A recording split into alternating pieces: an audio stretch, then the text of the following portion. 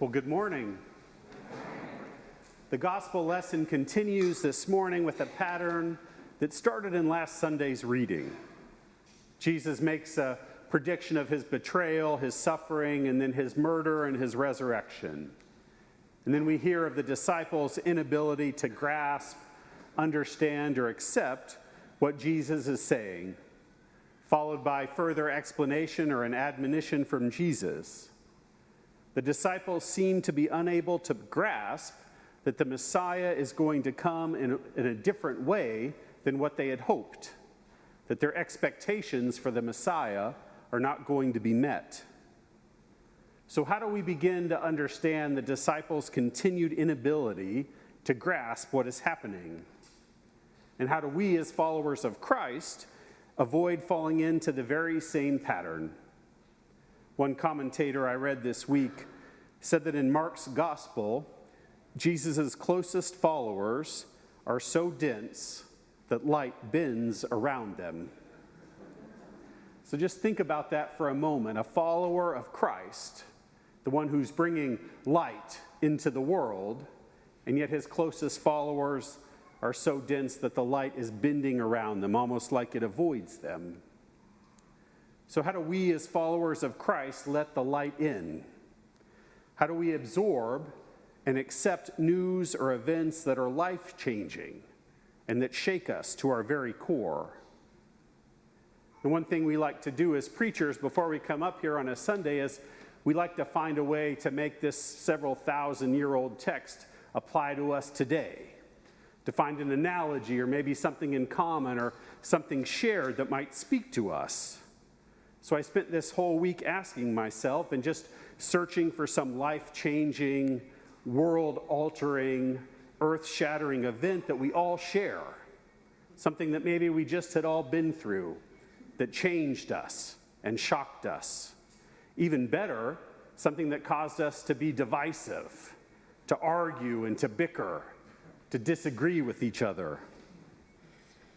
Now, I joke a little bit, but I have to admit that the pandemic has taken its toll on me, that I've been struggling lately. I know that many of you are struggling as well, because I know that my pastoral calls related to the pandemic have increased in the last several months. We're all feeling the pain and the burnout. Once again, I say the pandemic is taking its toll. I think we all enjoyed early this summer when we felt a breath of fresh air and some freedom as levels decreased. We all got in some trips this summer, I think, or traveled as we could. We began to relax, maybe not wear our masks every time that we needed to. We started worshiping in person. We began to feel safe and free again.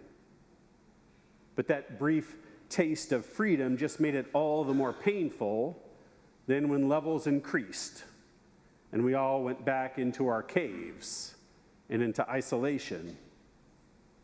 And the divisiveness, the arguing, and the bickering that I've seen and heard and experienced at school board meetings, on airplanes, at grocery stores, on Facebook, and on the news is disheartening at best and soul-crushing at its worst. Perhaps like the disciples in the gospel lesson, we're busy arguing and bickering over who is the greatest, over who is right, because we've been unable to reconcile the shift and the change that's taken place around us. I know I find myself all too frequently feeling the struggle and the pain of trying to reconcile what life used to be like with what life currently is. I've been resisting, bending the light, refusing to accept what is happening, and instead only railing against the change. I want desperately to put the pieces back together and to rebuild what was. But reality keeps smacking me in the face and telling me that things aren't going back to normal. So I ask another question. How do we accept, or dare I ask, how do we welcome that which is disruptive, life-changing, and world-altering? How do we come to terms with a new normal when we want with all of our being just to go back to the way things were.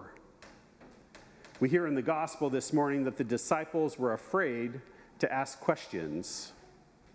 We aren't told exactly what they were afraid of, but we do know what follows their lack of understanding and their unwillingness to ask questions that might have helped them grasp what was going on.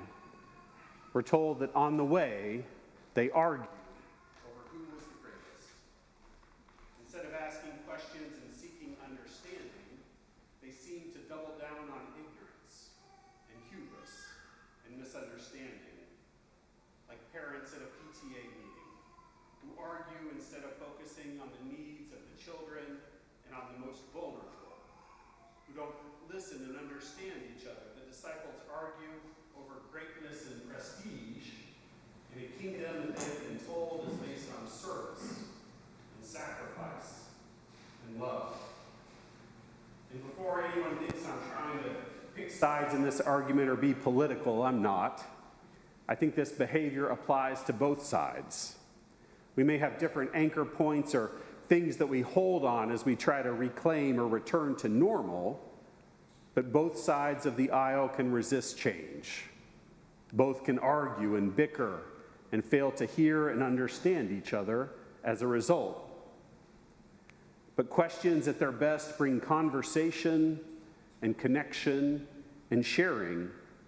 They should bring understanding and a genuine desire to listen and to understand. When we're willing to be vulnerable, to face our fears and to admit that we don't understand, or admit that we're struggling with something, it also opens the door for others and invites them to share their own questions and struggles.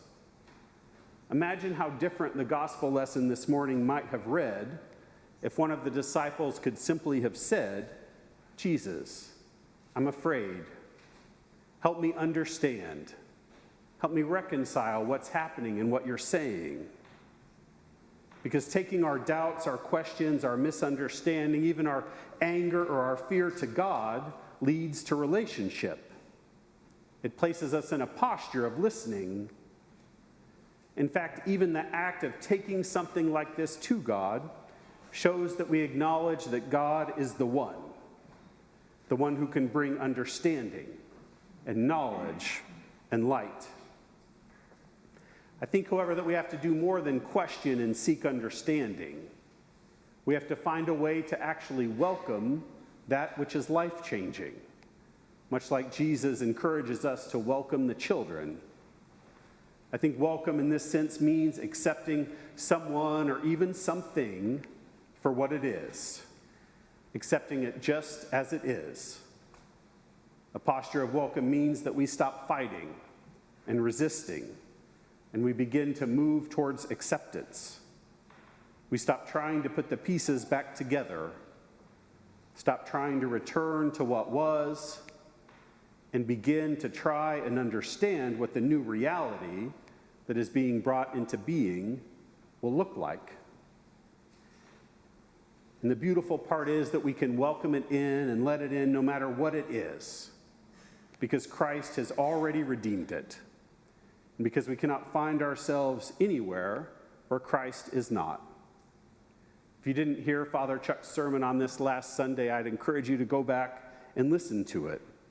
Listen to how he beautifully explained how Christ and the cross have redeemed even the lowest depths of our human experience. And as a result, we are never left alone. God is always with us. So we know that no matter where we find ourselves, God is already there. Now, I know and understand that this is easier said than done. The disciples in the Gospel of Mark, after all, are perfect examples of how obstinate and resistant to change we can be as humans. But I believe it starts with questions, with the desire to seek understanding and the ability to listen. But perhaps most importantly, I think it requires a posture of welcome, an openness to receive and to accept change. It involves facing our fears and risking vulnerability as we accept new ideas, different perspectives, and even new people into our bubbles, it requires a willingness to be changed. And finally, lest we forget the three-part pattern found in the gospel this morning, it ends with resurrection. We aren't being changed or challenged simply for the sake of change. We are being quite literally transformed into new beings, into beloved children of God. This upside-down kingdom that's based on love and sacrifice and that welcomes the little ones and the vulnerable is being brought into being in our midst. Even now as we speak, it's breaking in and changing the world around us. So yes, change and struggle are inevitable, but so are love and light and transformation. I pray that we all might find ways this week to stop bending the light, to stop resisting and arguing. I pray we might let the light in and open ourselves to be transformed and changed in the process. Amen.